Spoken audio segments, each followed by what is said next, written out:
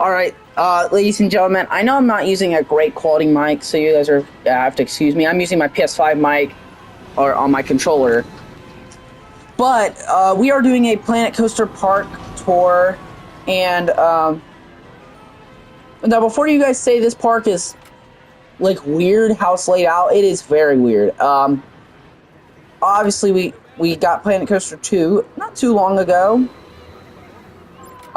You could see one of the new ride models, the hyper coaster with staggered seating. You can see this. You can see that monstrosity of a family coaster. It's very long. Um, and then out in the very far distant, you can see it being an invert, an arrow corkscrew, and of course over there you can see an like what would be a Vekoma launch coaster. So, all of that and more. I will say this is my first ever park in Planet Coaster 2, and it's been done for a while now. I just now got to making a video for it. So, let's go ahead and walk in the park. Now, the first ride is our typical board slide, or Zamperla Giga Discovery. Uh, you know what I'm talking about, one of the wave breakers, like you see Surf Dog at Kings Island. Now, I will say, in this plot of land, before, like when I first started this park, there was a B&M surf coaster, and it's not here anymore because for whatever reason that ride just doesn't attract a lot, or it didn't back then. It does now. They fixed a lot of the wait time issues. You can see this queue for this ride's not too big. But it can still hold a good amount of people. Now, let's head to the carousel. It has a really good amount of queue for a carousel. Like I said, I didn't know how the wait times would work in this game. They don't, honestly, you don't see rides with, whoa. You don't see rides with long wait times at all in this game. You can see we have like one of these types of rides here. It has a big queue. Once again, I wish they would fix it to where you would just get massive lines if it was the only ride available. But that's not how it works, unfortunately. But we do have another park that we will be touring soon that is a very good park. Very complete with a rounded out coaster lineup. Now, our first coaster we technically come up onto in terms of entrances is our wooden coaster, but we're not going to ride that first. We're going to be riding our weird family coaster.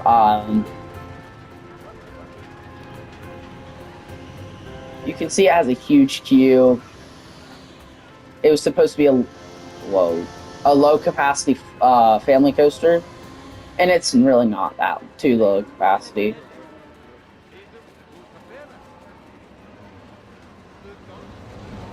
So we are gonna fast forward, and I'm gonna mute, and you guys are gonna enjoy the POV.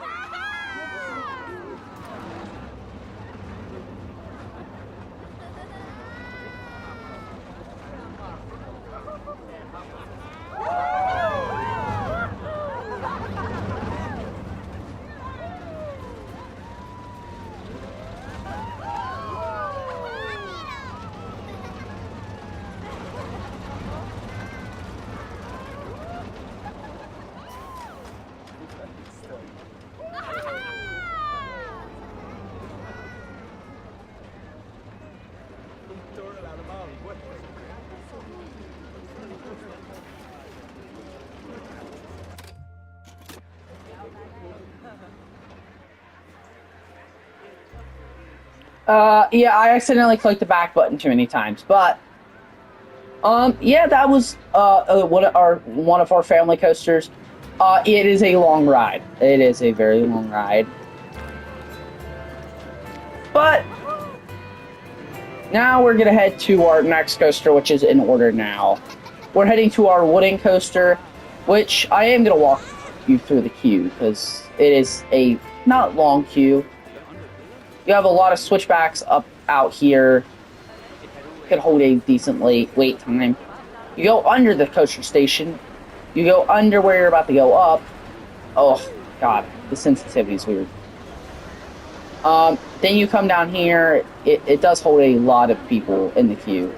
Station, and then you have the train, which you'll be riding on. But I skipped the entry point, so my bad. Here we go. Like I said again, we will be fast forwarding to the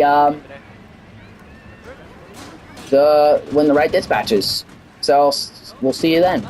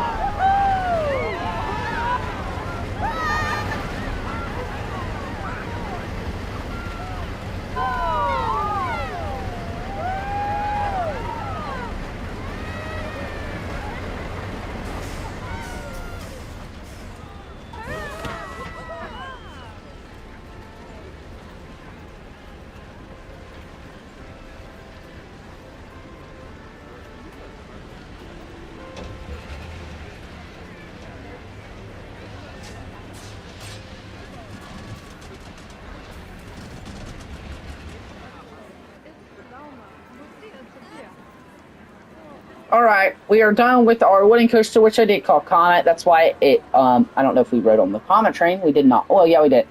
So each train obviously has its train number. I only did that with this ride because I was testing the attachments to the rides. But we have Comet. We have a star, 3 stars on this train to resemble it as Comet train. Train number 2 is there. Train number 3 is probably about to come into the brake run.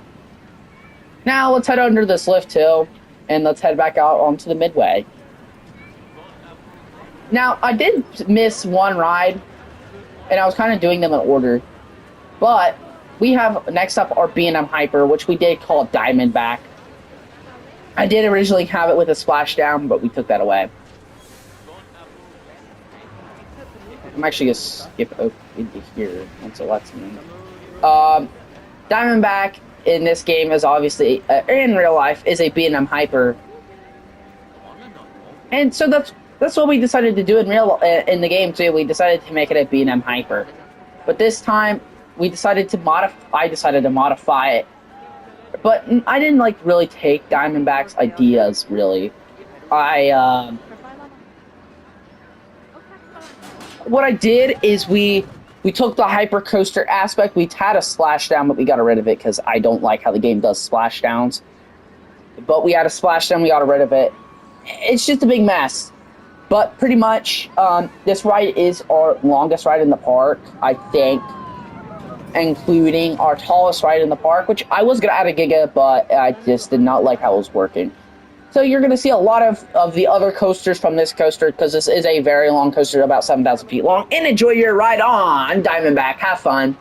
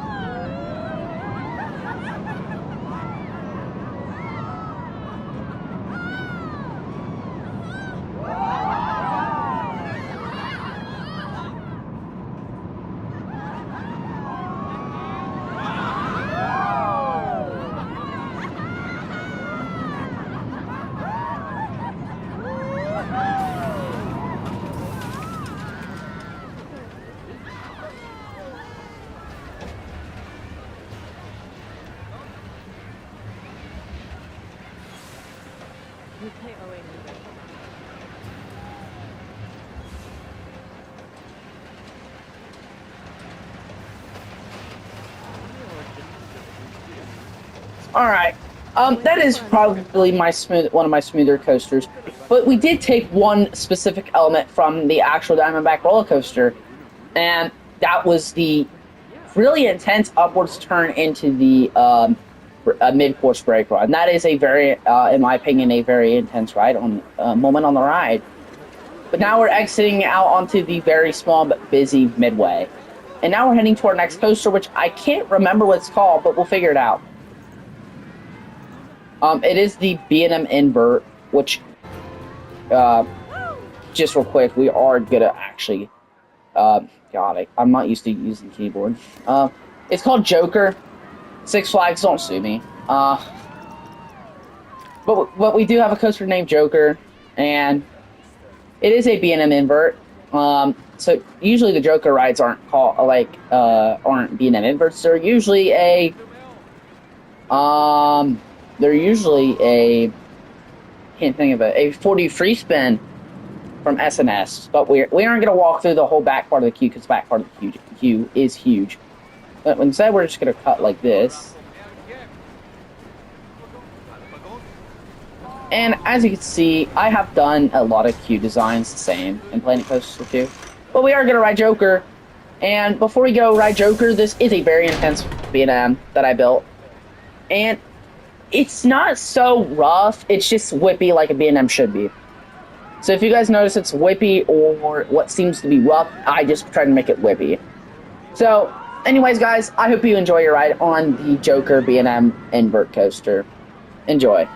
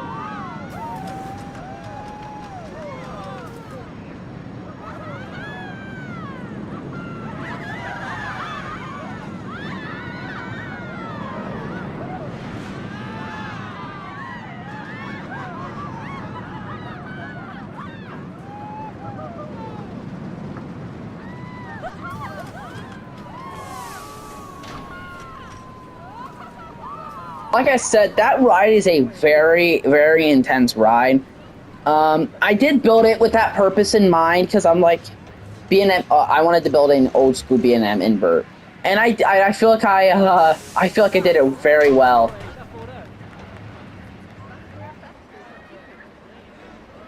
Now,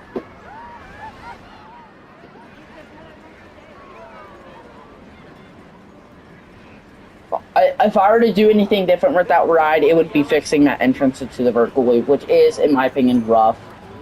That's the only bad part. Oh, I did not notice that guests would like put their hands on each other's backs and everything. Oh, I did not notice that. Something you only realize when you're playing in first person. But yeah, you can just tell how intense that ride is. You just see how tight this is, and it's not like terribly tight, but same thing with this. This is tighter than that.